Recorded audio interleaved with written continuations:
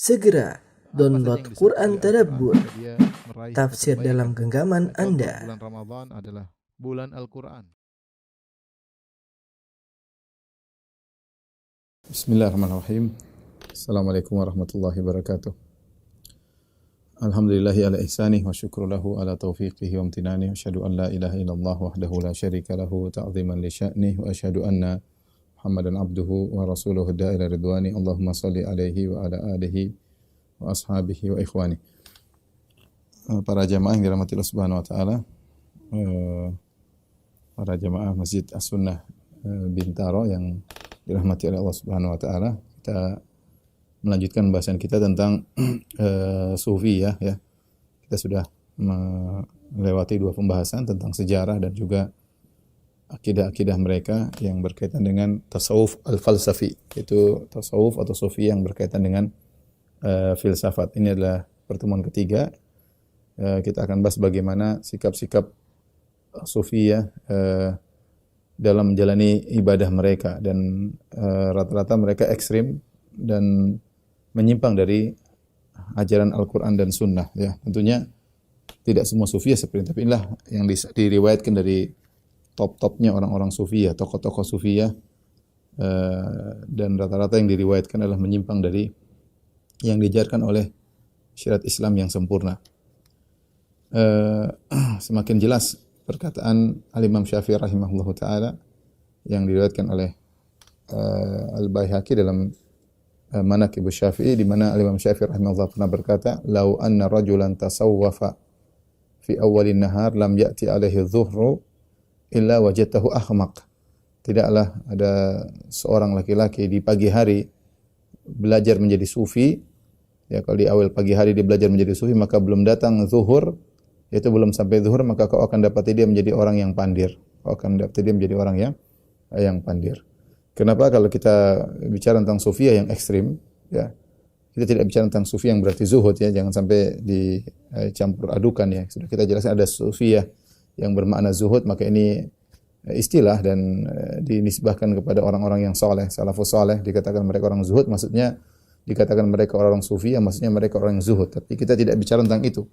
Kita bicara tentang sekelompok orang sufi yang mereka menyelisihi Al-Quran dan Sunnah. Mereka punya metode pendalilan tersendiri, dan akhirnya mereka melakukan hal-hal yang aneh-aneh, yang ekstrim, yang menyimpang dari Al-Quran dan Sunnah. Sebelum kita menyebutkan model-model penyimpangan mereka, saya ingin menyampaikan perkataan dari Abul Mudzaffar As-Sam'ani, Abul Mudzaffar As-Sam'ani Asy-Syafi'i, salah seorang besar di mazhab Syafi'i, ketika dia menjelaskan tentang perbedaan antara manhaj Ahlus Sunnah dengan manhaj selain Ahlus Sunnah, firqah-firqah yang lainnya.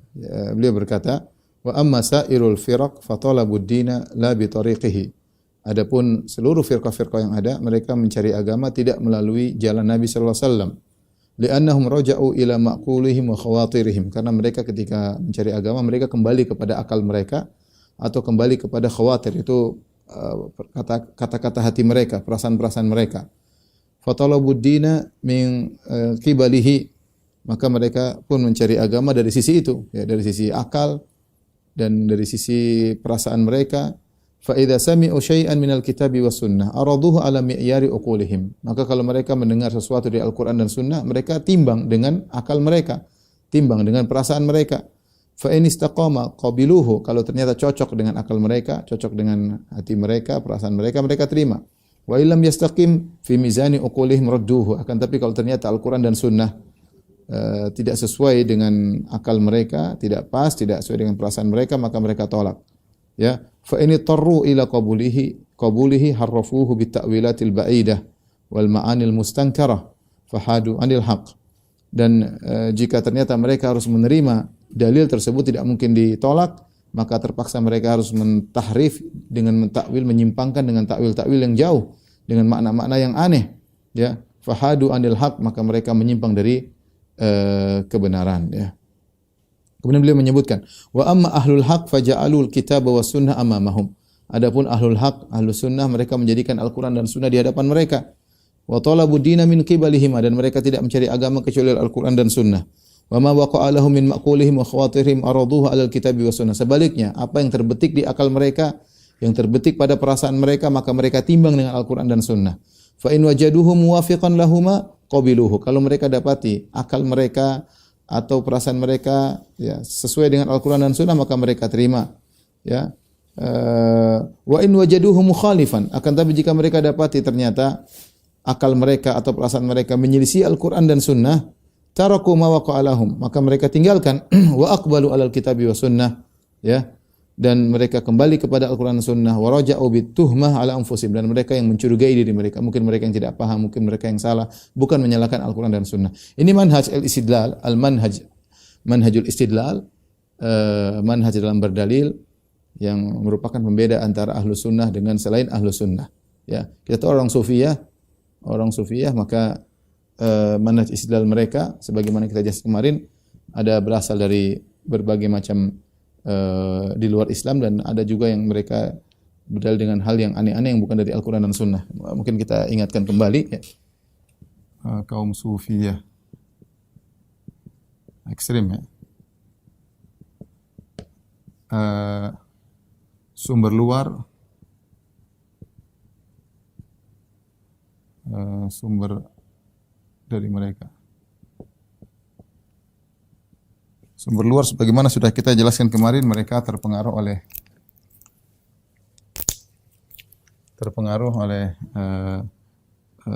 aliran-aliran apa namanya? ajaran-ajaran India ya. Kemudian juga ajaran-ajaran Buddha. Ya, ini seperti meditasi ya. Kemarin sudah kita singgung pada pertemuan sebelumnya, ini seperti nirvana ya. Kemudian yang paling parah adalah berkaitan dengan filsafat, terutama Platonis ya, Aflutin atau Platonis. Ya, yang kemarin kita sudah sebutkan apa namanya? Al-Faid al-Ilahi. Ya. Al-Faid al-Ilahi itu pensucian jiwa sehingga bersatu dengan alam semesta. Di antaranya masalah al-fana ya. Akidah fana ya. Ya. Akidah fana itu membersihkan jiwa sehingga ruh seakan-akan lepas dari jiwa kemudian bersatu dengan Allah Subhanahu wa taala. Adapun sumber-sumber dari mereka sendiri, maka ini ada beberapa. Yang pertama al-kashf ya. Al-mukasyafah, yaitu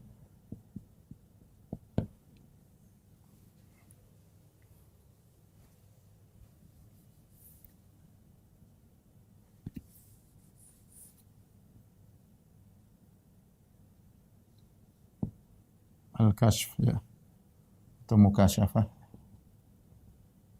Bahasa gampangannya adalah penyingkapan, tersingkap, yaitu menyingkap. Menyingkap ini dengan berbagai macam metode, ya bisa jadi misal dengan mereka ilmu laduni ya.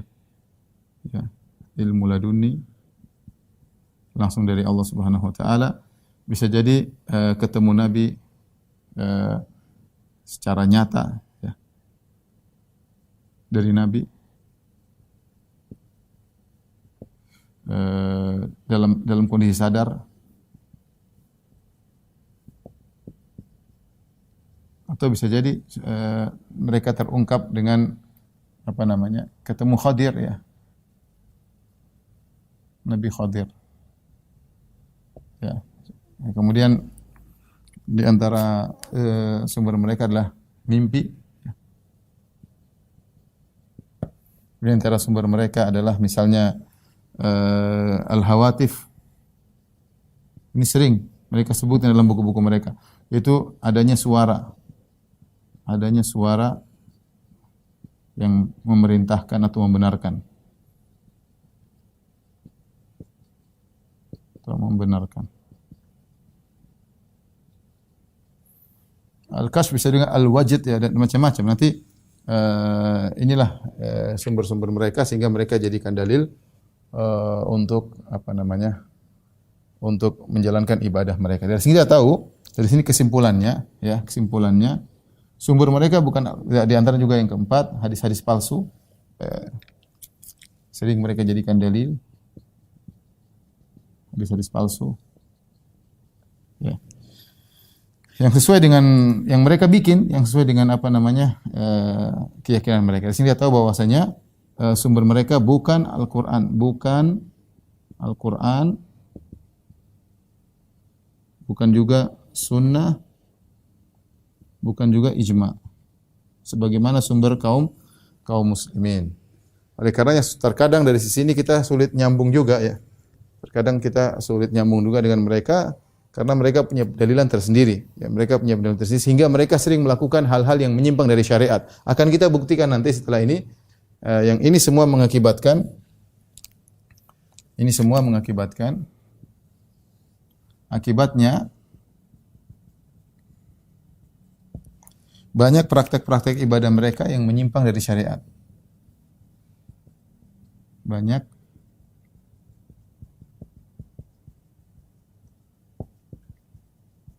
mereka yang menyimpang dari syariat.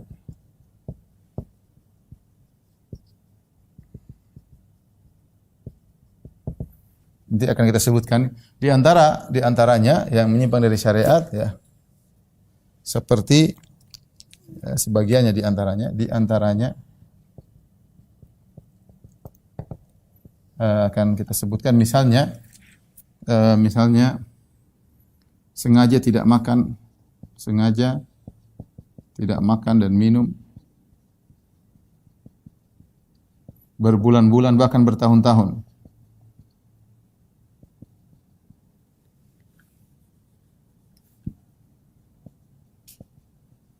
Bahkan bertahun-tahun. Dan ini kebanggaan bagi mereka. Ya. Bertahun-tahun. Di antaranya misalnya sengaja mencela orang yang bekerja.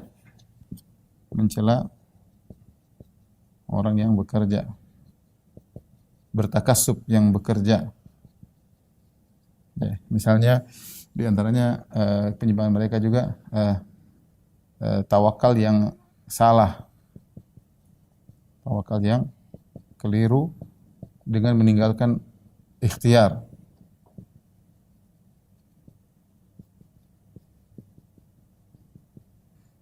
Ikhtiar tidak mau berusaha.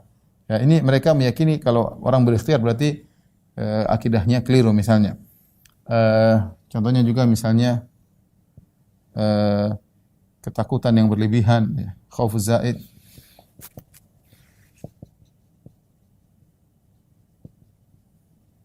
Terhadap Allah.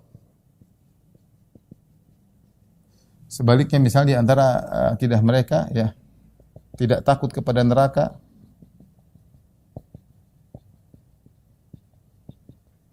kemudian tidak ingin masuk surga, tidak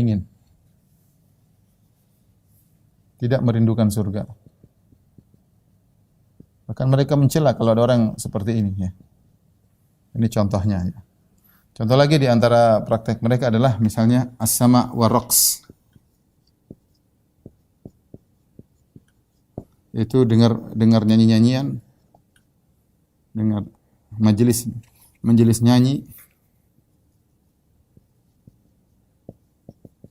nyanyian dan joget untuk bisa mendekat kepada Allah dengan seperti ini. Kemudian membuat zikir-zikir sendiri.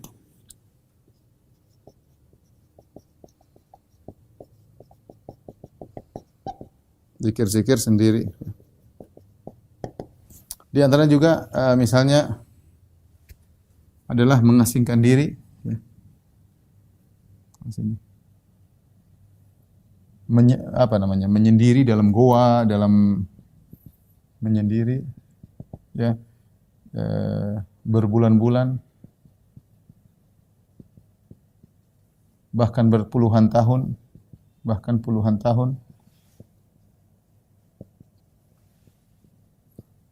tidak mereka sebut dengan khalwat ya, atau uzlah ya. Ini di antara penyimpangan mereka. Coba kita ada berapa ini? 1.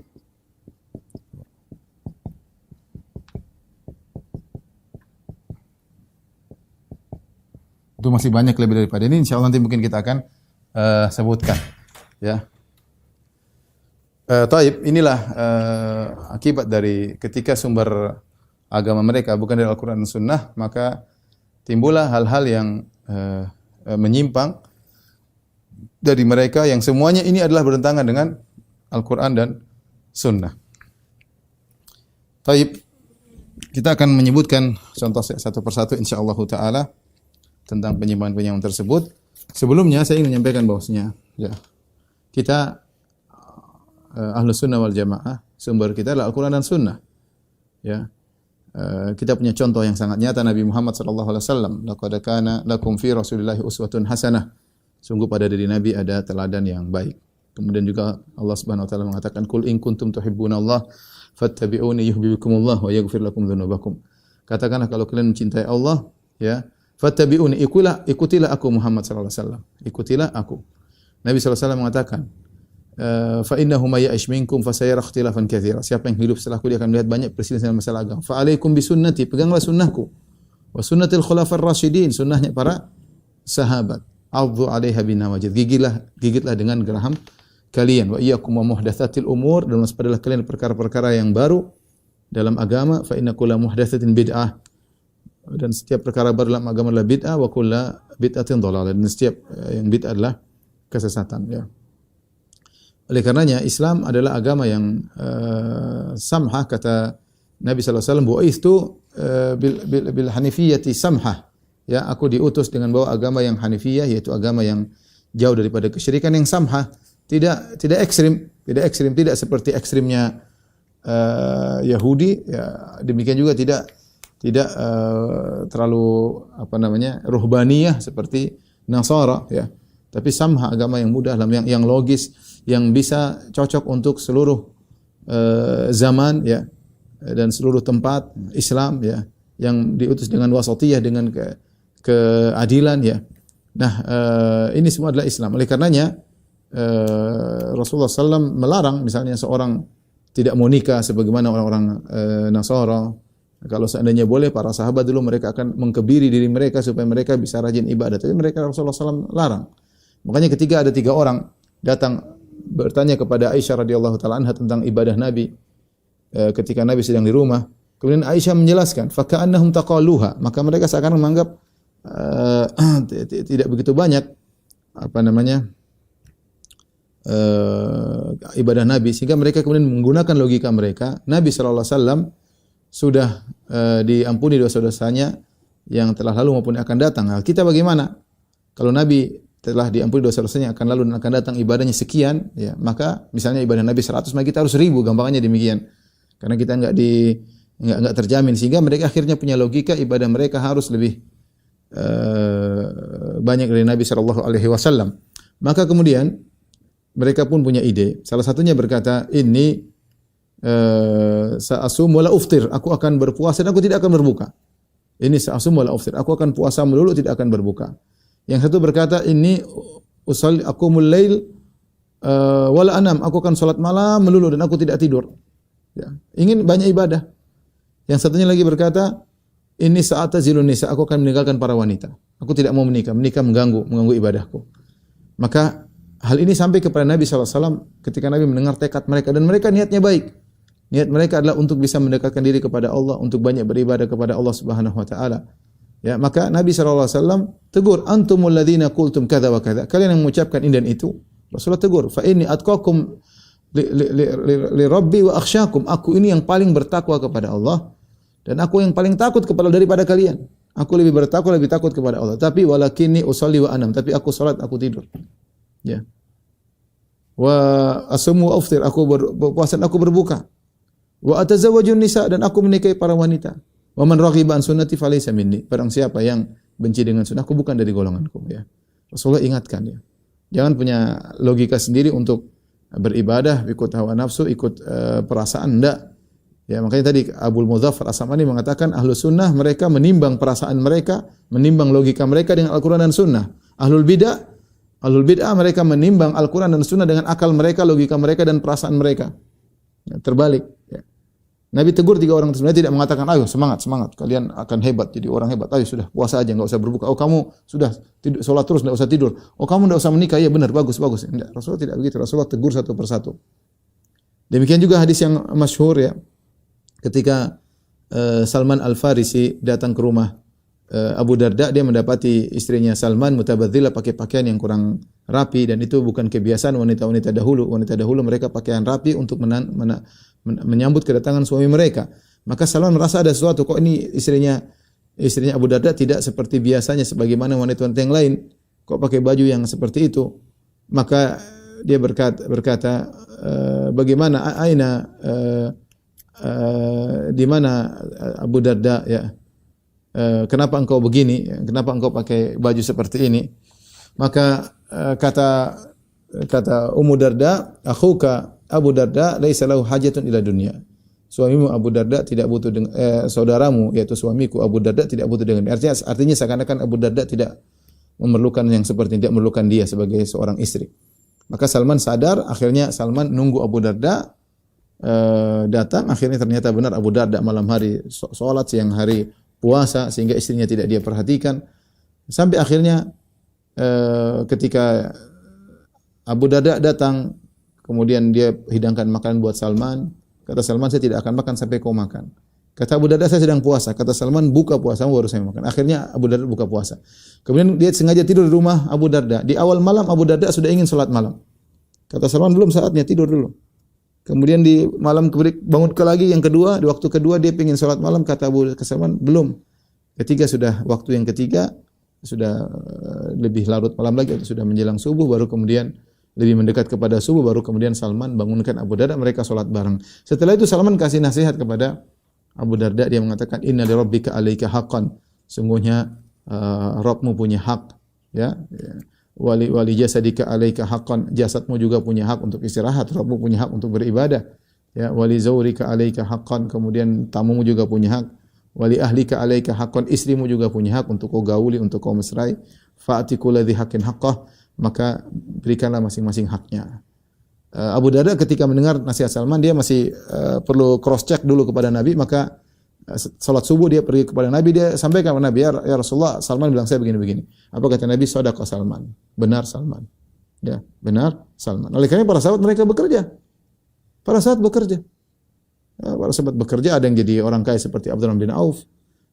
Abu Bakar bekerja sehingga bisa berinfak dengan harta yang begitu banyak. Umar bekerja, mereka bekerja sampai Umar, dalam hadis babu tanawub fil ilm, bab tentang ganti-gantian untuk ilmu. Umar hari ini kerja, teman yang dengar hadis-hadis Nabi. Nanti malam mereka ketemu, Umar dikasih tahu. Besoknya Umar yang menuntut ilmu, saudaranya yang kerja. Jadi mereka bekerja.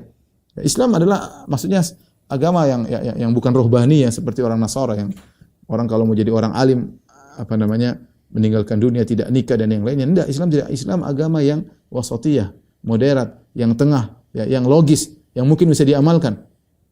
Saya pernah ketemu dengan ada salah seorang dari agama lain, ya. Kebetulan saya ngobrol dengan dia, undang makan, saya datang. Saya ketemu, itu kawan beragama Hindu. Dia bilang, kalau kita mau terapkan semua ajaran, kita nggak bisa terapkan secara nyata, ya, secara real, ya. Kita bilang dalam Islam tidak. Islam alhamdulillah, ya, orang bisa mencapai derajat yang tinggi sebagai seorang kaya, sebagai seorang pejabat, sebagai seorang miskin, ya. Agama yang mungkin dikerjakan oleh semua orang dalam kondisi apapun. Oleh karenanya, ikhwan dan akhwat yang rahmatillah subhanahu wa taala, kaum sufiyah mereka punya metode untuk mendekatkan diri mereka kepada Allah dengan metode yang mereka buat, yang semuanya menyelisih Al-Qur'an dan Sunnah. Yang semuanya menyelisih Al-Qur'an dan Sunnah. Ini yang ingin kita jelaskan. Kita harus mendekatkan diri kepada Allah dengan metode kita. Fastaqim kama umirta. Ya, istiqomalah engkau sebagaimana kau diperintahkan, bukan dengan cara kita sendiri, tapi dengan cara metode yang sudah diajarkan oleh Allah melalui Rasulullah sallallahu alaihi wasallam, ya. Tapi di antara ibadah yang dibanggakan oleh orang sufi, ya, adalah meninggalkan makan dan minum, ya. Mereka bangga kalau bisa lapar, ya, kemudian meninggalkan makan dan minum, ya, sampai mereka sebutkan bagaimana kisah-kisah mereka tidak mau makan yang enak, ya, tidak mau, dan mereka menghindar dari makan yang enak, bahkan mereka tidak mau makan, ya, sebagaimana disebutkan dalam buku-buku mereka, ya. Contohnya seperti diriwayatkan dari eh, di antara mereka ya, seperti disebutkan dari Sahal bin Abdullah At-Tusturi ya. Tapi ini semua riwayat katanya dari mereka. Tapi ini ada dari sanad yang sahih. Tapi mereka sebutkan dalam buku-buku mereka. Bahwasanya Sahal bin Abdullah At-Tustari kana la ya'kulu at-ta'ama nayfan wa 20 yawman. Dia tidak makan sama sekali 20 sekian hari ya. Bahkan disebutkan riwayatkan innahu kana ya'kul kullu 15 yawman. Dia hanya makan 15 hari sekali. Setiap 15 setengah bulan baru makan. Fa idza dakhala Ramadan, kalau tiba bulan Ramadan lam yakun ya'kul syai'an ila yaumil Aid. Ya, maka tidak makan sama sekali sampai hari Lebaran. Subhanallah.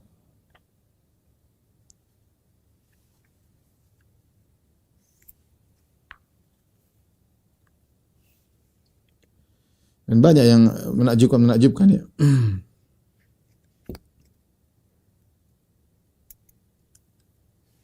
Sampai di antara mereka ada yang mengatakan tidak makan saya bertahun-tahun ya.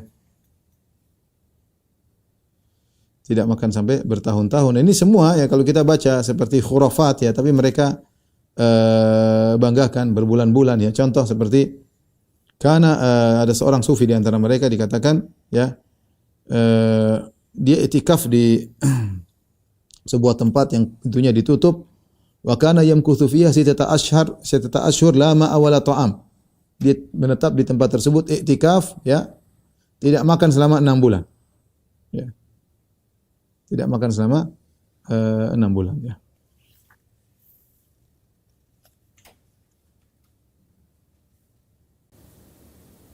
Demikian juga katanya namanya Syekh Al-Jailani, ya ini semua belum tentu benar ya, cuma diriwayatkan dari Sya'rani menukil dari Al-Jailani bahwasanya dia setahun tidak makan tidak minum serta tidak tidur ya. Setahun tidak makan tidak setahun penuh tidak makan, tidak minum, tidak tidur. Ini benar atau tidak ini seperti ini ya. Demikian juga mereka meriwayatkan, ra'aitu insanan minas sufiyah makatha sab'a sinin lam yashrabil ma'. Aku melihat ada seorang dari kalangan sufiyah 7 tahun tidak minum air sama sekali. Ya, apa ini ibadah seperti ini ya. Apakah ini ibadah? Tidak makan, tidak minum ibadah ya.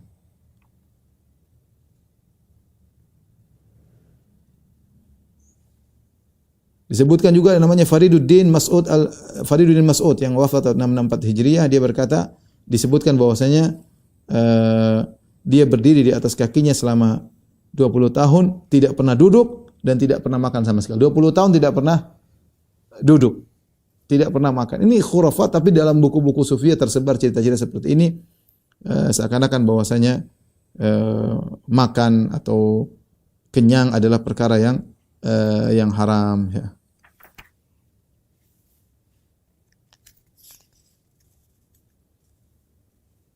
Banyak ya kalau saya membacakan. Ini saya ambil dari buku judulnya Dirasat fi Sufiyah. Ini buku karangan Ihsan Ilahi Zahir ya. Ihsan Ilahi Zahir ya. Seorang ulama India atau Pakistan, India yang wafat wafat karena dibom ya, kemudian dia meninggal, lantas jasadnya dibawa ke Arab Saudi atas permintaan Syekh Abdul Aziz bin Baz rahimahullah, kemudian diwafatkan di Baqi rahimahullahu taala. Ihsan Ilahi Zahir ya.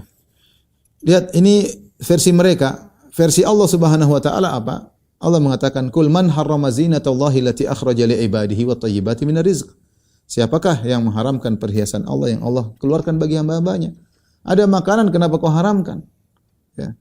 Tidak boleh makan enak, tidak boleh makan ini ya. Sampai di antara mereka ada yang mau meninggal ya. Kemudian dia ingin makan sesuatu. Kemudian enggaklah, saya sudah bertahun-tahun tidak makan ini, kenapa di penghujung saya harus makan ini? Dia ada makanan lezat, dia tidak mau makan. Siapa yang mengharamkan makanan lezat? Apakah Allah larang? Mana dalilnya? Bagaimana Anda berani mengharamkan apa yang Allah halalkan ya?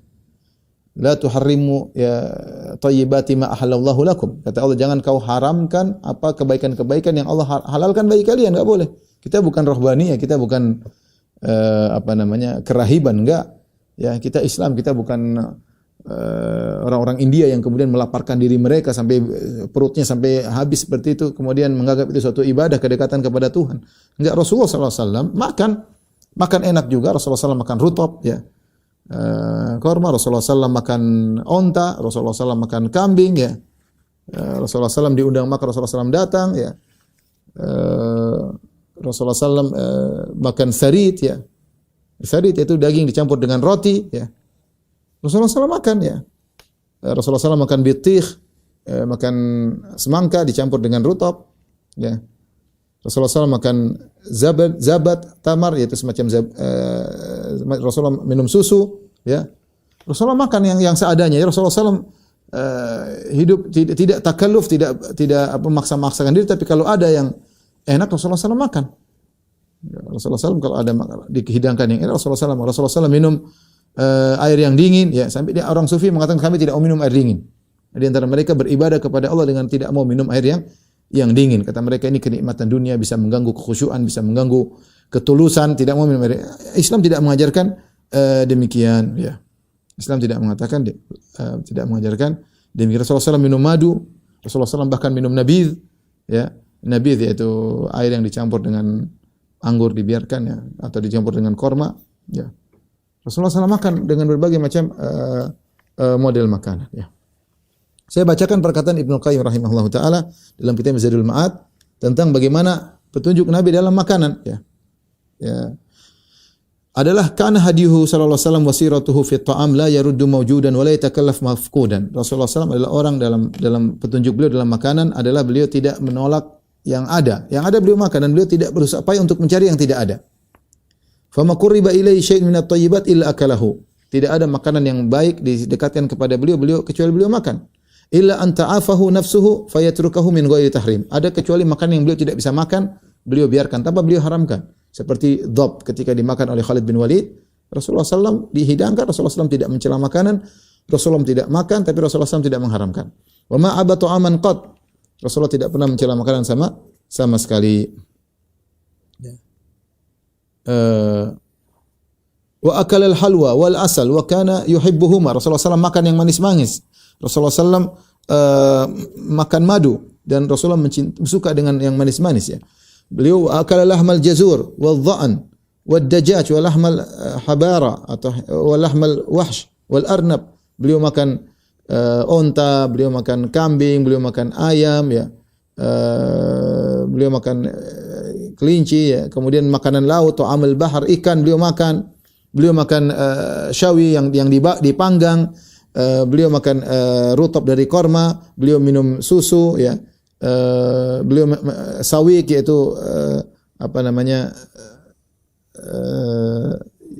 tepung yang dicampur dengan daging. Wal asal bil ma, beliau campur air dengan madu, ya. Dan banyak yang beliau makan, ya. Beliau makan. Beliau makan al-kabid al-mashwiyah, makan hati yang dibakar, ya. Beliau makan al-qadid, susu yang dikeringkan, ya. Disebutkan, ya. Beliau makan as-sarid bisamin, yaitu as-sarid yaitu daging yang dicampur dengan kuah, ya. Dengan gandum, ya. Wa akal jubun, beliau makan keju, ya. Dan banyak beliau akal khubz bizait, beliau makan roti dengan minyak, ya. Ibnu Qayyim sebutkan banyak contoh dalam hadis-hadis, ya. Ya.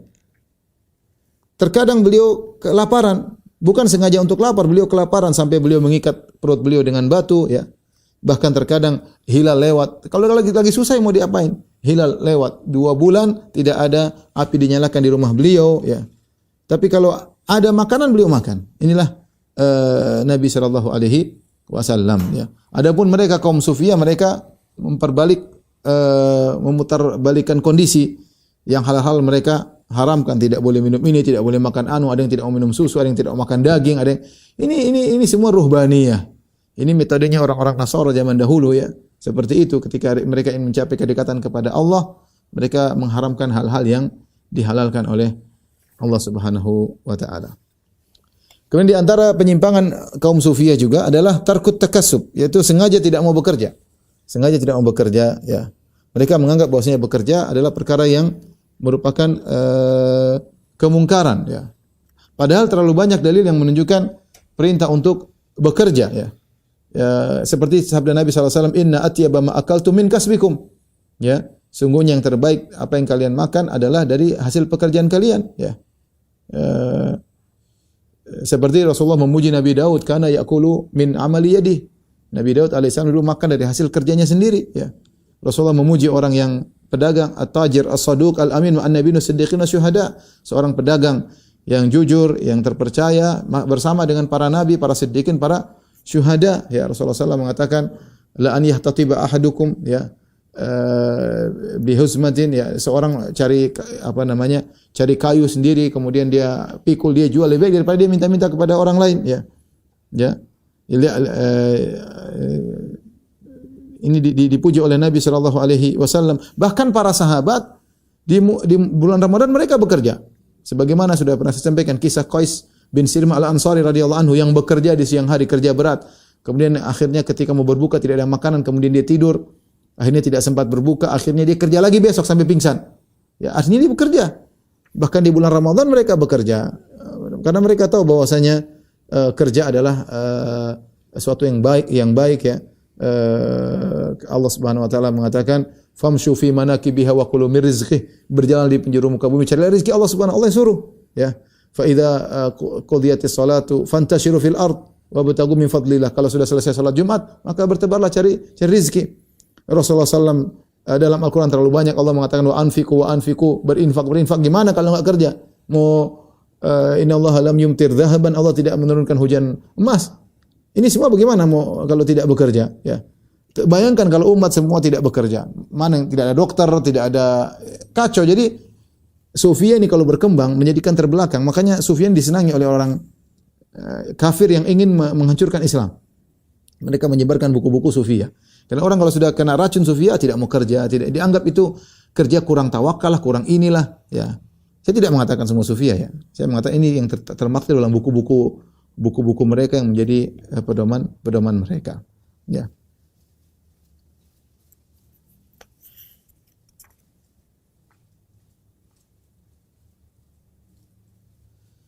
Mereka berkata seperti perkataan Sahrawardi dalam bukunya Awariful Ma'arif, man talaba ma'asyan faqad rakana ila dunya. Siapa yang mencari pekerjaan, ya maka dia telah condong kepada dunia, ya. Subhanallah.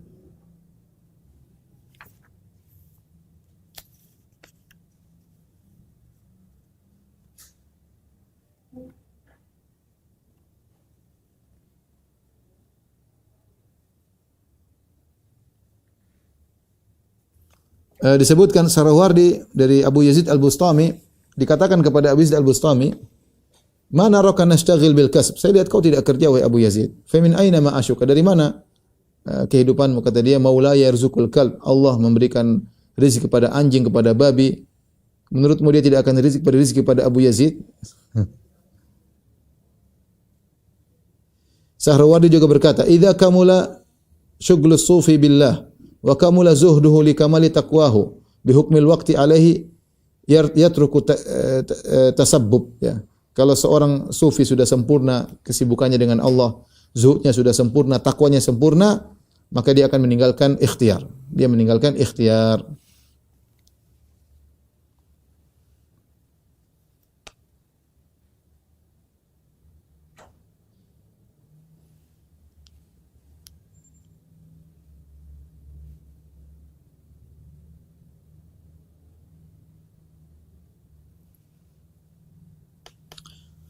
Banyak nukilan-nukilan, ya.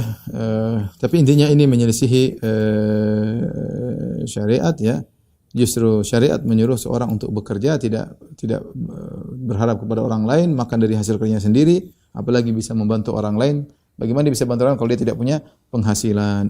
Makanya kalau sufi ini berkembang dengan metode seperti ini, maka akan hancurlah Islam, Tidak ada ahli pengobatan, tidak ada dokter, tidak ada ini, tidak ada, kacau, ya. Jadi makanan bagi negara-negara kafir yang zalim yang ingin menghancurkan Islam.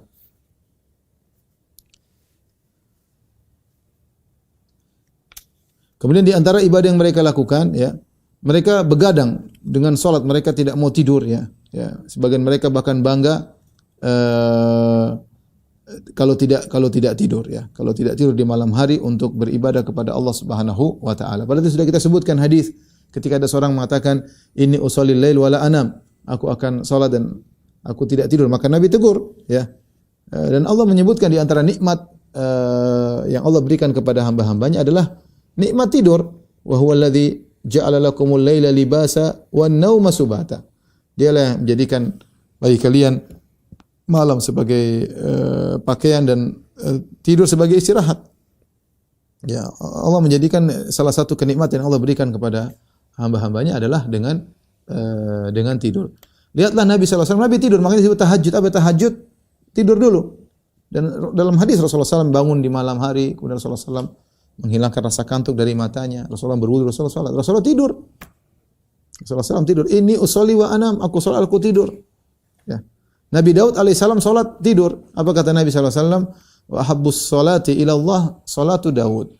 Salat yang dicintai oleh Allah salatnya Nabi Daud. Kana yanamu nisfal lail wa yaqumu thuluthahu wa yanamu sudusahu. Dia tidur setengah malam, kemudian sepertiga malam salat, kemudian seperenam malam tidur lagi. Dan itu disyariatkan. Nabi mengatakan alaikum minal amali ma tutiqun. Hendaknya kalian beramal yang kalian mampu. Jangan sampai orang menyangka bahwasanya tidak tidur adalah ibadah kepada Allah Subhanahu wa taala, sengaja tidak tidur, ini menyelisih sunnah Nabi sallallahu alaihi wasallam. Disebutkan salah seorang dari tokoh sufia bahwasanya dari Abil Fawaris Syah bin Syuja' Al-Kirmani disebutkan annahu lam yanam li arba'ina aman, tidak tidur 40 tahun. Dia tidak tidur 40 tahun. Masih hidup, tidak tidur 40 tahun. Wa indama nama ru'ya Allah Subhanahu wa taala fi naum. Ketika dia tidur, maka dia lihat Allah dalam mimpi. Kemudian dia berkata, "Ya ilahi kuntu atlubuka bi sahril layali fara'aituka fi naum." Ya Allah, aku mencari Engkau dengan begadang. Ya, ternyata aku melihat Engkau dalam tidur, dalam mimpi. Maka Allah berkata, "Ya Syah, laqad adrakta fi an-nawm bugyataka bi sahrika lail. Walau kunta nimta hunaka lama ra'aita huna." Engkau telah mendapatkan keinginanmu karena kau sudah begadang selama 40 tahun. Seandainya kau tidur waktu itu, kau tidak akan melihat aku di sini.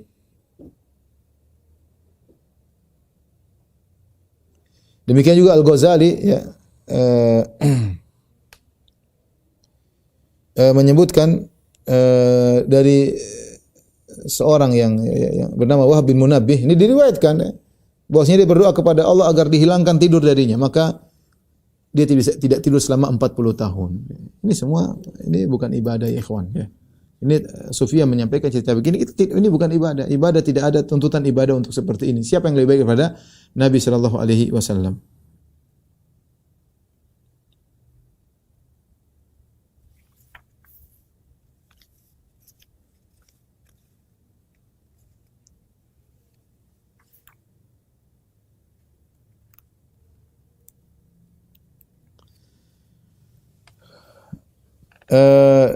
Abu Bardah meriwayatkan, dakhalat imra'atu Utsman bin Maz'un ala nisa'i Nabi sallallahu alaihi wasallam. Istrinya Utsman bin Maz'un menemui istri-istri Nabi, ya. Utsman bin Maz'un orang yang terkenal rajin ibadah.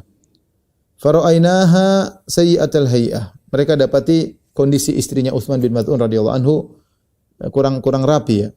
Maka mereka berkata, faqultu lahu ma laki? Ada apa dengan engkau? Ya. Fama fi Quraisyin rajulun aghna min ba'lik. Lihat orang suamimu kaya banget ya. Kenapa pakaianmu kok begini ya?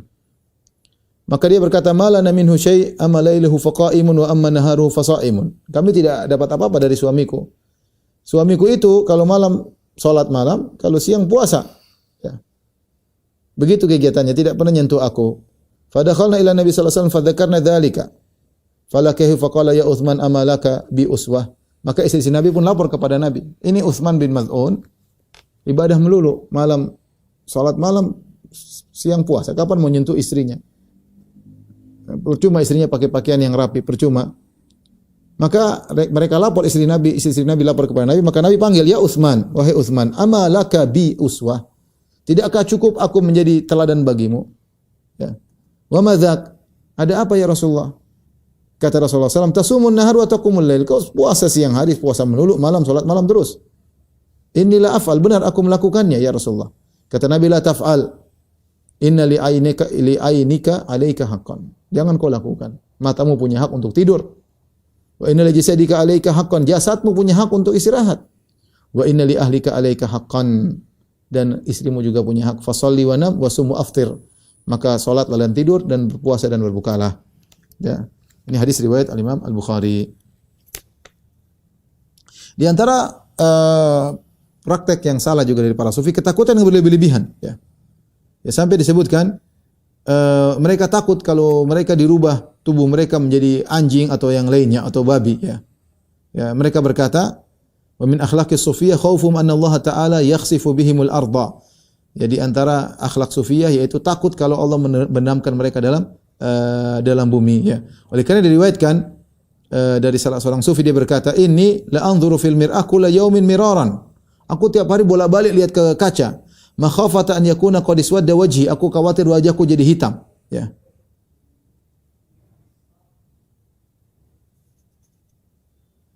Ya, seperti itu. Jadi berlebih-lebihan, ya. Ini tidak pernah diajarkan oleh Nabi, seperti suudzon kepada Allah Subhanahu wa taala, ya. Seperti suudzon kepada Allah Subhanahu wa taala, ya. Bahkan disebutkan ada salah seorang sufi, dia selalu menangis sampai keluar darah dari matanya, ya. Kemudian ditanya, "Kenapa kau menangis sampai nangis darah?" Qala khaufan min Allah, takut kepada Allah Subhanahu wa taala. Kita tahu Ahlus Sunnah wal Jamaah ibadah dibangun di antara khauf dan raja. Tidak berlebihan pada satu sisi. Ya, ibarat jadi ada namanya khauf dan raja dan mahabbah, itulah rukun ibadah. Seorang cinta kepada Allah dibarengi dengan rasa takut dan rasa berharap yang berimbang, tidak berlebihan kepada salah satunya, ya. Kemudian di antara praktek salah daripada sufiyah, ya. Kalau kita dapati para sahabat dulu mereka tertawa, Nabi juga tertawa. Nabi tertawa dalam banyak hadis disebutkan Nabi tersenyum, Nabi tertawa. Ada saya pengajian judulnya canda tawa Nabi sallallahu alaihi wasallam. Hadis-hadis bagaimana Nabi sallallahu alaihi wasallam tertawa. Rasul ada rasa takut, tapi bukan seperti itu. Sampai tidak berani melihat kepada cermin, sampai ke air mata darah, enggak seperti itu, ya. Para sahabat disebutkan, apakah mereka tertawa ketika ditanya seorang tabi'in tentang para sahabat? Apakah para sahabat tertawa? Maka dikatakan mereka tertawa dan iman mereka setinggi gunung, ya. Setinggi gunung. Ya. Waktunya mereka tertawa, waktunya mereka senyum, waktunya mereka menangis kepada Allah Subhanahu wa taala. Kemudian di antara penyimpangan orang sufiyah berlebihan dalam tawakal, ya. Sehingga mereka tidak melakukan ikhtiar sama sekali. Mereka menganggap kalau ikhtiar adalah menunjukkan kelemahan, ya. Menunjukkan kelemahan.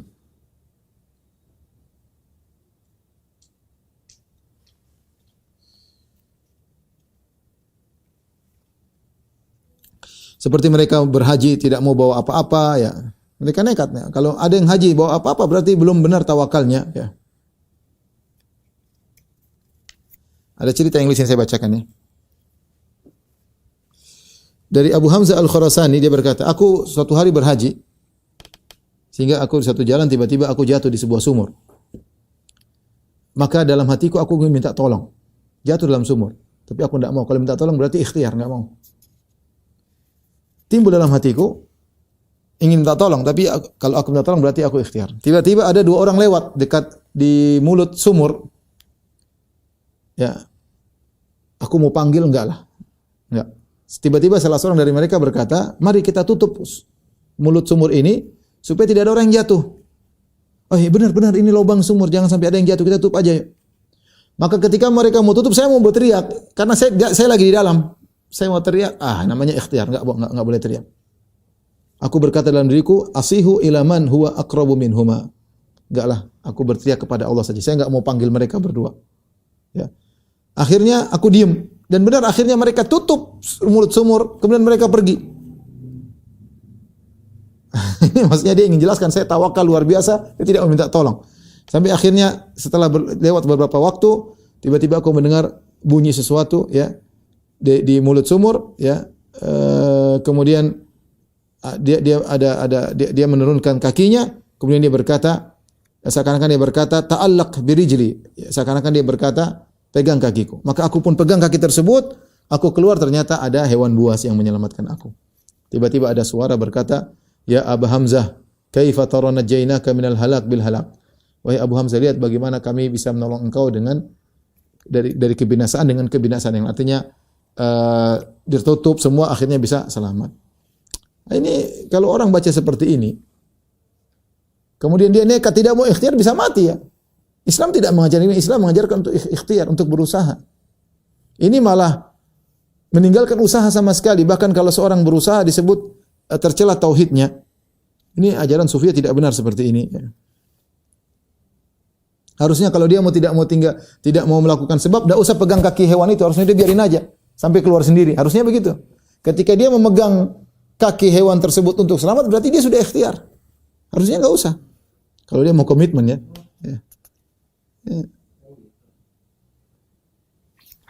Dan banyak ya riwayat-riwayat seperti ini.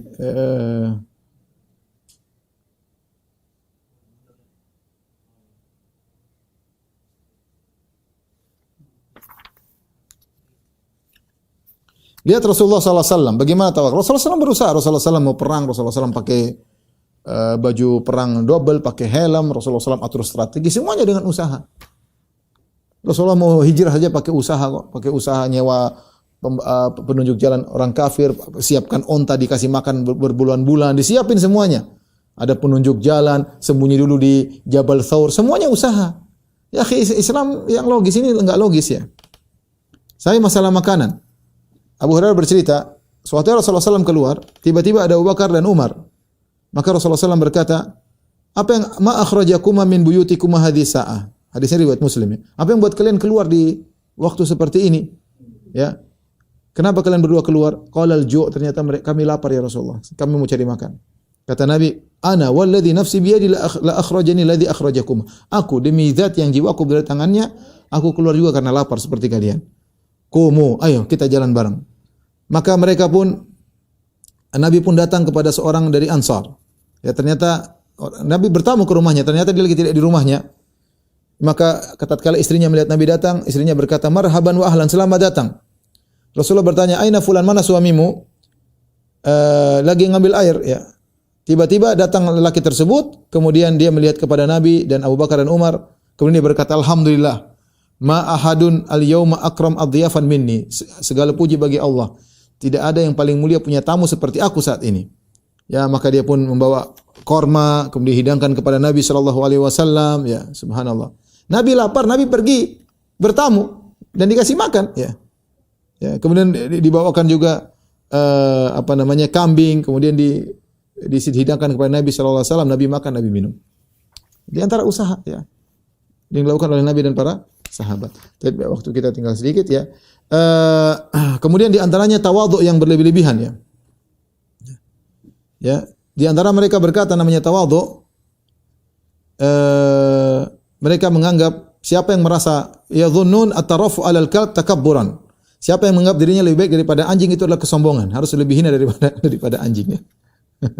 Sampai disebut salah seorang dari mereka ketika berjalan sama anjingnya, ada jalan becek sama jalan bagus. Dia pilih jalan becek, anjing sudah lewat jalan yang bagus. Kata dia enggak, saya enggak mau merasa tinggi di hadapan anjing. Ini berlebihan seperti ini ya. Sampai di antara mereka ada yang sengaja mencuri. Disebutkan dia bangga, saya kemudian supaya menghilangkan tawadhu, saya mencuri, kemudian dipukul orang, dimarah-marahin orang untuk menghinakan dirinya agar bisa tawadhu. Allah mengatakan wala qad karramna bani Adam. Allah muliakan bani Adam. Siapa yang menyuruh kita menghinakan diri kita ya? Ya.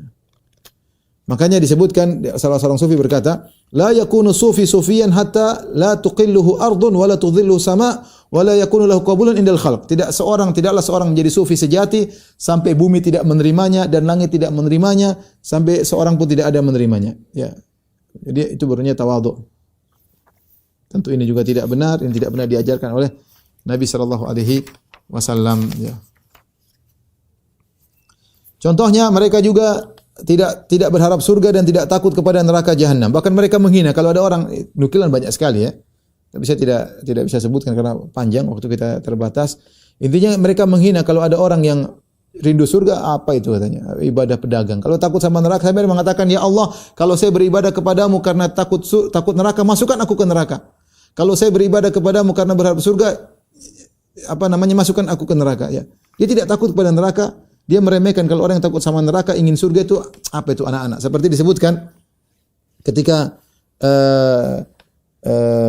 ada seorang baca firman Allah, wa fakihatin mimma yatakhayyarun wa lahmi tayrin mimma yashtahun. Buah-buah yang dipilih di surga, daging burung yang disukai. Apa kata seorang sufia, dia berkata apa? Nahnu idzan sighar. Kita ini berarti anak kecil dong. Senang kalau dikasih buah-buahan, dikasih burung. Jadi ngejek. Ini semua tidak benar. Para nabi seluruhnya ingin surga. Nabi Ibrahim alaihissalam yang sangat cinta kepada Allah Subhanahu wa taala berdoa untuk dimasukkan dalam surga. Wa ja'alni min warathati jannatin na'im. Ya Allah, jadikanlah aku pewaris neraka, pewaris surga yang penuh dengan kenikmatan. Bahkan di antara mereka ada yang berkata, orang sufi, ya sama'u wa ya ardu ishhada anni ma khatara ala qalbi dzikrul jannah wa narqat. Ya mithlu Ibrahim al-Khalil. Bahkan ngejek, dia mengatakan apa? Dia mengatakan, saksikanlah wahai langit dan wahai bumi, saksikanlah kalian berdua, tidak pernah terbetik dalam benakku sama sekali surga, dan tidak pernah terbetik dalam benakku sama sekali seperti neraka sebagaimana terbetik pada Ibrahim. Luar biasa ya. Bagaimana meremehkan Ibrahim alaihissalam dan menganggap remeh surga ya. Padahal Nabi dalam banyak doa minta surga banyak sekali. Ini sudah pernah kita bahas. Kemudian di antara yang menakjubkan, orang sufi mereka melakukan hal-hal yang haram di luar daripada syariat. Contohnya diriwayatkan dari mereka, ada di antara mereka yang minum khamar, dan mereka banggakan ya, seperti disebutkan orang sufi namanya Ainuddin, kana yashrabul khamr lailan wa naharan. Minum khamar siang malam. Ya, minum khamar siang malam ya. Kemudian juga misalnya disebutkan di antara karamat mereka ya, disebutkan yaitu Syuryani al-Qusuri, kana qiblatul hajat wa ka'batas sa'ilin wa talibin. Dia adalah kiblatnya kebutuhan dan dialah Ka'bahnya para pemohon dan para peminta. Walam yakun yaqdi lahdzatan bidun khamr. Tidak ada satu waktu pun tanpa khamr, selalu minum khamr. Jadi mereka bangga dengan khamr. Di antara mereka ada yang aneh masalah pakaian, ada yang pakai pakaian syuhrah, pakai pakaian supaya terkenal. Aneh, maksudnya bukan terkenal tapi aneh di antara yang lain. Padahal Rasulullah melarang. Siapa yang pakai pakaian syuhrah itu pakaian tampil beda, Allah akan membuat dia memakai pakaian kehinaan pada hari kiamat. Mereka pakai pakaian syuhrah yang aneh-aneh. Di antara mereka ada yang menghalalkan harir, yaitu sutra, padahal diharamkan bagi laki. Di antara mereka ada yang telanjang bulat. Bahkan disebutkan oleh Sya'rani bagaimana salah seorang sufi berkhutbah dalam kondisi telanjang. Ada yang disebutkan di antara karomahnya telanjang bertahun-tahun, 2 tahun, 3 tahun. Ya akhi, subhanallah. Ada di antara mereka yang bangga pakai cincin emas yang ada tulisan sesuatu di cincin emas tersebut. Laki-laki haram pakai emas.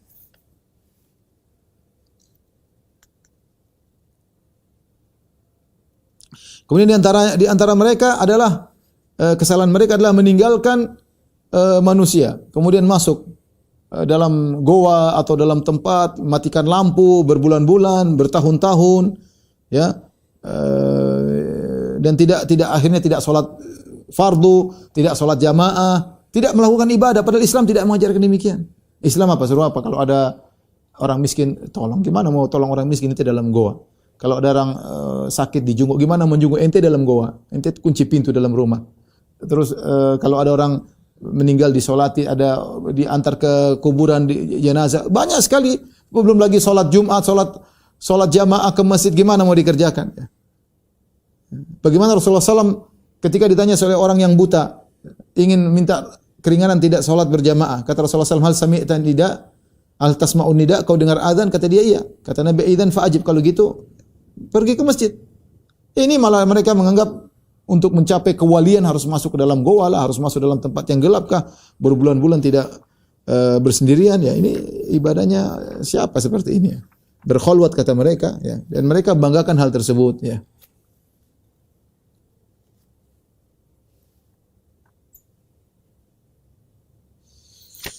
Dan banyak nukilan mereka membanggakan hal tersebut, dan ini semua adalah kesalahan ya. Ibnu Taimiyah punya perkataan yang indah, beliau berkata, hadhil khalawat qad yaqsidu ashabuha al-amakin allati laysa fi adhan. Ketika mereka melaksanakan khalawat ini, mereka ingin tempat-tempat yang tidak terdengar azan, tidak juga iqamat. wala masjid yusalla fihi salatul khams, dan juga masjid yang tidak ada salat 5 waktu. Ya. Adapun masjid yang sudah ditinggal atau selain masjid seperti goa-goa ya, yang ada di gunung-gunung seperti kuburan-kuburan, terutama kuburan orang yang dianggap soleh ya. Apalagi tempat-tempat yang katanya di situ ada jejak-jejak nabi atau jejak orang soleh, ya maka mereka berkhulwat situ, mereka nongkrong situ, meditasi situ, berdiam di situ. Kata Ibnu Taimiyah, "Wa li hadza yahsulu lahum fi hadhil mawadhi' ahwalun syaitaniyah yadhunnuna anha karamat rahmaniyah." Maka di tempat-tempat seperti yang jauh dari azan, yang jauh dari iqamat, yang jauh dari kaum muslimin, mereka mengalami kondisi-kondisi syaitan yang mereka menyangka itu karamat, padahal dari syaitan. Sehingga mereka bangga. Ada di antara mereka yamkuthu fi khalwati thalathata asyhur. Ada yang 3 bulan tidak pernah keluar. Ada yang 9 bulan. Ya. Ada yang 9 bulan. Bahkan disebutkan ya, ada yang tahtal ardi sab'i sinin, ada yang khalwat di bawah bumi 7 tahun. Sampai lebih parah daripada itu, annahu ikhtala 20 sanah. Ada yang berkhalwat 20 tahun. Lebih parah daripada itu, ada yang berkhalwat 40 sanah, 40 tahun. Pintu ditutup. Ini gimana? Ini apa Islam seperti ini? Islam yang ngawur ini sufi ya, thariqah seperti ini tidak benar, yang mereka bangga-banggakan ya. Ya ikhwan, waktu sudah habis, mungkin sampai di sini saja. Masih banyak tapi nanti lihat kondisi ya. Insyaallah kita lanjutkan pada kesempatan yang lain. Wallahu a'lam bishawab. Demikian saja kajian kita. Kurang lebihnya saya mohon maaf kepada jamaah Masjid As-Sunnah Bintaro. Insyaallah kita lanjutkan pekan depan. Wabillahi taufiq wal hidayah. Assalamualaikum warahmatullahi wabarakatuh. Subhanakallah bihamdika asyhadu an la ilaha illa anta